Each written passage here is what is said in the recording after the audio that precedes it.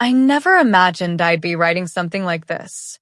I never imagined I'd be able to write it without tearing myself apart. But here I am, pen in hand, shaking, needing to record what's happening before I lose my mind entirely. A week ago, I buried my wife. Her name was Clara. We'd been married for 8 years. No children. Just us and our little farmhouse on the edge of town. She was the light of my life. And then she wasn't. The doctors said it was sudden. Heart failure. No warning. I held her hand in the hospital room until the moment they told me she was gone. I begged them to check again. They did. They confirmed it. I left the hospital in a daze. The sky gray and heavy. It felt like someone had stripped color from the world. At home, the silence was deafening. Every corner of our farmhouse screamed Clara's absence. The teacup still on the counter, her knitting basket by the window, her coat hanging in the hall. I spent hours staring at those things. I didn't cry much. I just felt a hollow ache. I buried her the next day. The grave was small, just behind the old willow tree we planted together when we first moved here. I covered her body with soil and flowers, whispering her name until my voice broke. I stood there until the sun was gone, until my knees ached, until my fingers bled from gripping the spade. I left nothing unsaid. I thought I was done with her. That night, I slept in our bedroom alone for the first time. It was cold, too cold. I swear I heard her voice whisper my name, but I told myself it was grief playing tricks on me. When I woke up the next morning, I thought I was dreaming. She was sitting at the kitchen table. Clara, alive. Her hair messy, her face pale, her eyes wide. She was holding a mug of tea, just sitting there sipping. I froze. My heart pounded so loud, I thought she must hear it. Clara? I whispered. She looked up, and her lips curved into that half-smile I remembered. Morning, love, she said. Her voice was soft, but there was something in it, something unnatural. I blinked. I rubbed my eyes. I checked the clock. It was just after 6 in the morning. My mind screamed. I buried her yesterday. I stepped forward slowly, heart hammering, afraid she'd vanish if I moved too fast. But she didn't. She just stared at me, sipping her tea. The mug clinked faintly against the saucer. I buried you, I said, my voice cracking. Clara tilted her head. Did you? That sounds tiring. I'm glad I can rest again. She smiled faintly, but her eyes stayed cold. That's when I knew something was wrong. Clara wasn't the same. I backed away. She didn't follow. She just sat there, watching.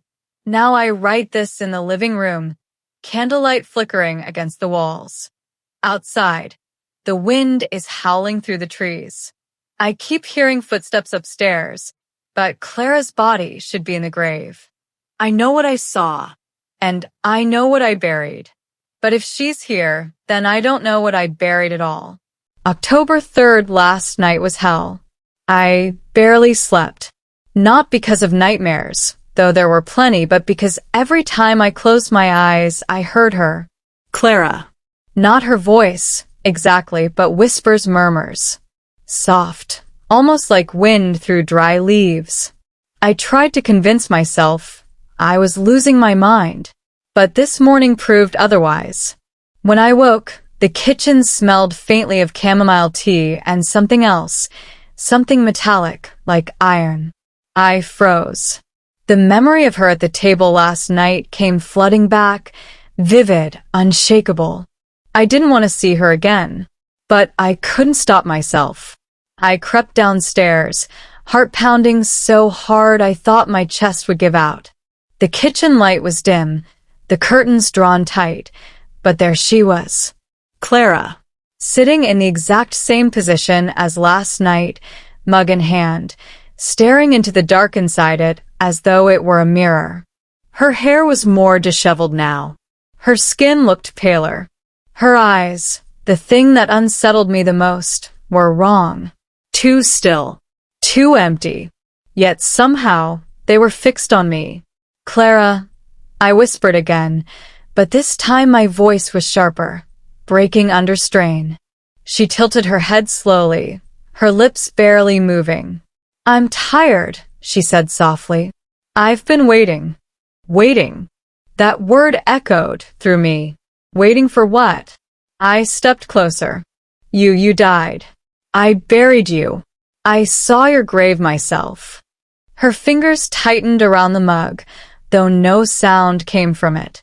I know, but it didn't hold me. A chill ran through my bones. The words felt like an accusation, like a confession. My hands went cold. I wanted to leave, to shut the door, to lock myself away, but something rooted me to the spot. She looked up at me then, and her lips moved again. "There are things you don't understand." I didn't answer. I didn't know what to say. The air between us felt heavier, saturated with something I couldn't name, like the smell of rain before a storm, but sharper, darker. Later, I wandered outside. I needed to feel the earth, to remind myself that she was gone. The grave was still there. Fresh soil pressed down where I'd buried her. I touched the headstone. Her name, Clara Moore. Dates. The gap in years where life ended. My fingers trembled against the stone. But the earth felt wrong, like it was pulsing under my touch. I stepped back quickly, breathing hard. I went back inside. The house was silent. I told myself I was imagining it, that grief was warping reality. But deep down, I know something is coming. Something worse. This morning, she didn't speak. She just sat at the kitchen table, sipping tea, watching.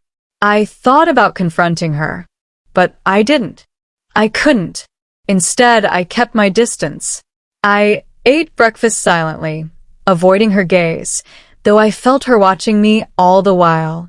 Now, I write this as quietly as I can. Every creak in the house makes me flinch. Every shadow feels alive. I know one thing for certain. Whatever Clara is now, she's not herself anymore. She isn't human. And whatever it is that brought her back from the grave, it's still here, waiting. I'm not sure how much longer I can last like this. But I have to keep writing. Because if I don't, I might forget the truth. And forgetting the truth means losing myself entirely. October 4th, it's been 2 days now. 2 days since I buried Clara, and 2 days since she returned to me in the kitchen. The air in the house is different. It's heavier, thick. Every breath feels like inhaling something wet and sour. I can't sleep. Every time I close my eyes, I see her face, pale, still, her mug clutched in ghostly fingers. But worse, I hear her, not in words this time, just breathing. Heavy, uneven breathing. Not mine. Not normal breathing. And it's not just at night. It's all the time. I hear it behind doors, beneath the floorboards, even inside my own head. This morning I woke before dawn. The house was silent, except for something small scratching. Soft, faint, coming from the basement. I froze in bed, listening. It stopped. Then I heard it again. A low tapping, like fingernails against wood. I should have ignored it. I should have stayed upstairs. But I couldn't. I can't stop myself from going down there. I feel drawn, like something is calling me. The basement door was closed when I went to check.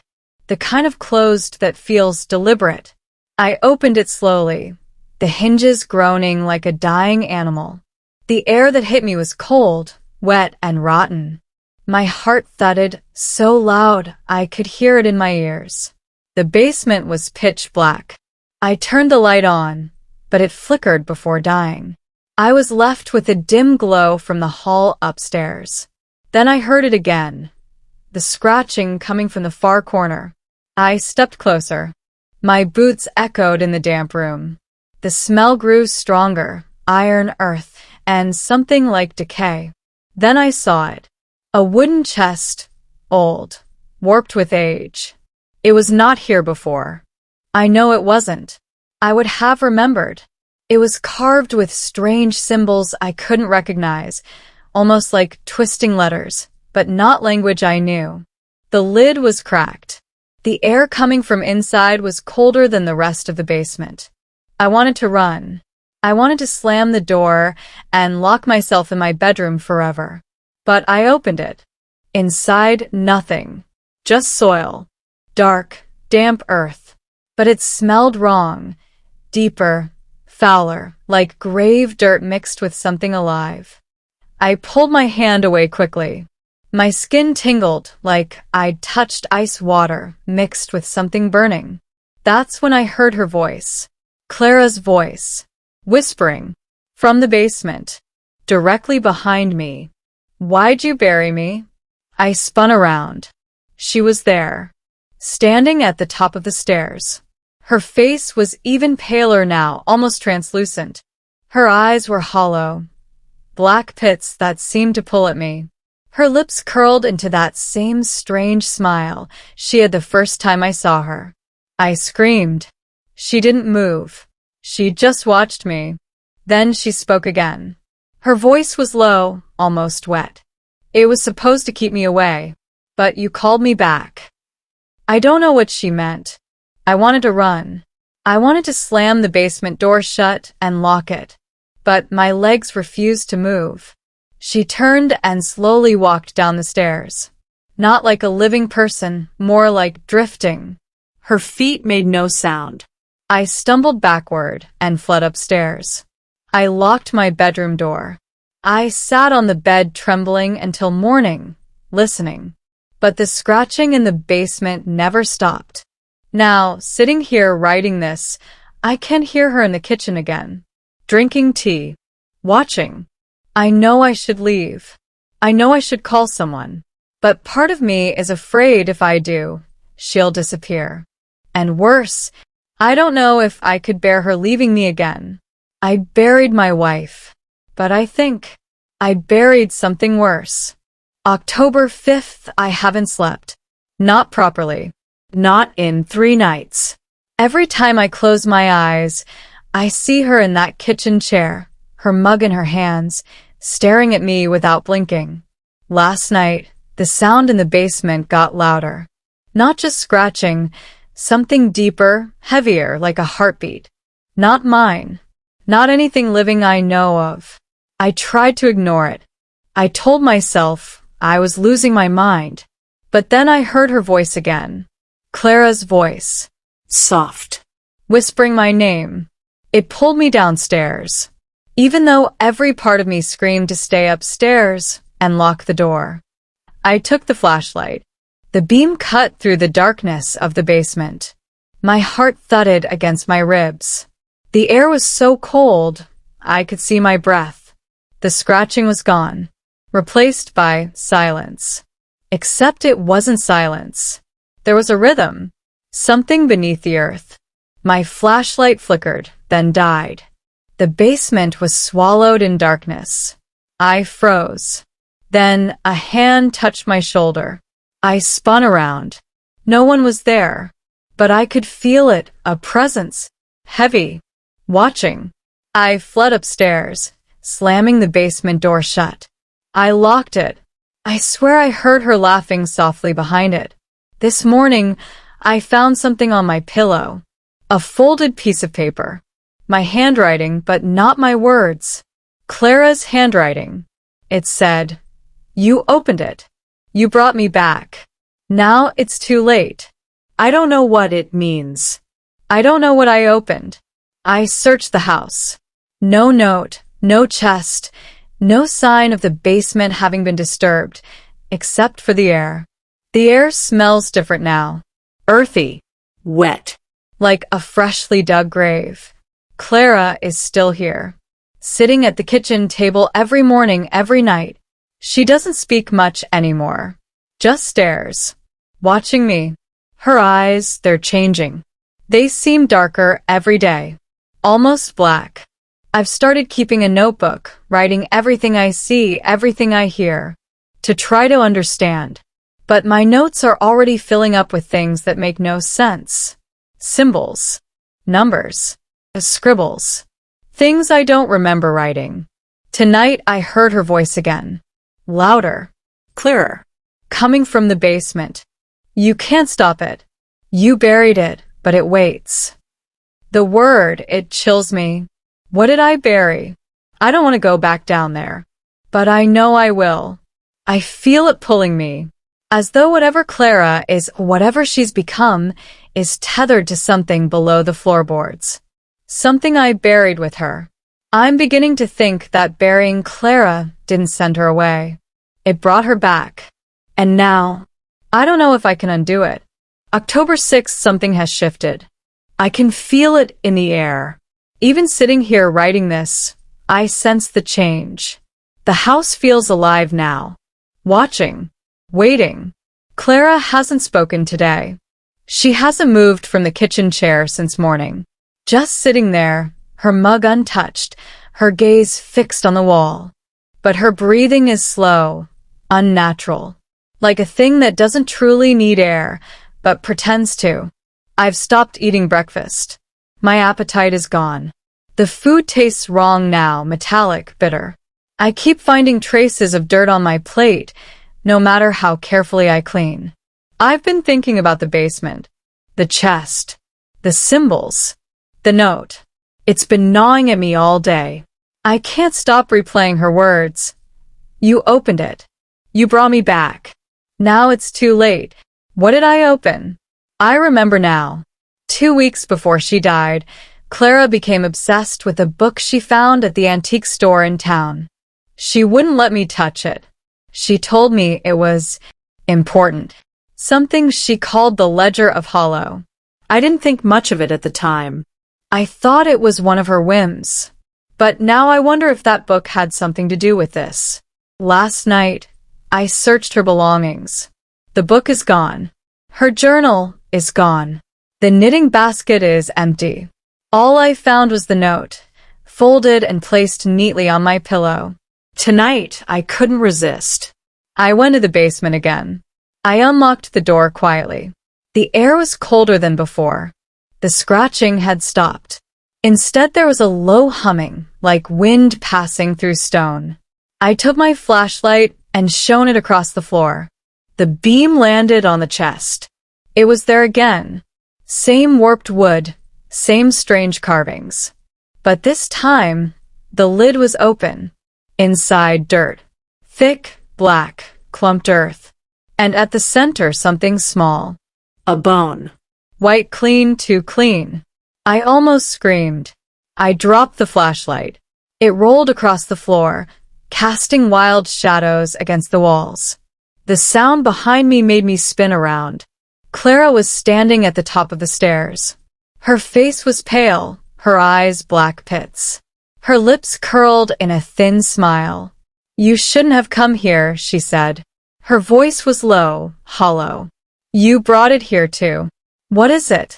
I whispered, my voice shaking. She tilted her head. The ledger said it would come back. You buried me to end it, but you tied it to yourself. She stepped down slowly. Her bare feet made no sound. My skin crawled. It, whatever it is, feels alive in this house now. And it's bound to me. I don't know what she means, but I know one thing. I'm not safe here anymore. I tried to leave tonight.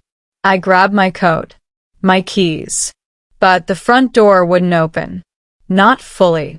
Something was holding it. Something strong. Behind me, I heard Clara laughing softly. Low. Endless. And then her voice, whispering in my ear. It's already too late. I'm trapped. And whatever waits in the basement knows I'm here. I'm writing this now because I don't know if I'll last the night. I'm afraid to sleep. I'm afraid to look away. I buried my wife. But I think I buried something darker. Something that came back with her. October 7th, I haven't left my bedroom since last night. I can't. The house that's changed. Not just Clara. The walls feel thicker. The air smells of dirt and something acrid, like burning bone. I can hear her. Always her. Clara. Whispering. But it's not words now. Just low tones. A sound like breathing through clay. Last night, I lay awake listening. And then I heard something else. From the basement. A voice. Not Clara's. Something deeper. Older. Saying words I can't understand, but I recognize the sound of them. It's the sound of a curse. I didn't sleep. I couldn't. I sat on the edge of the bed listening to the house. Waiting. This morning, I tried to confront her. I went downstairs, my notebook in hand.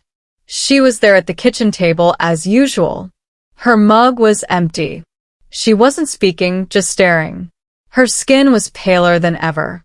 Her hair hanging in damp strands over her face.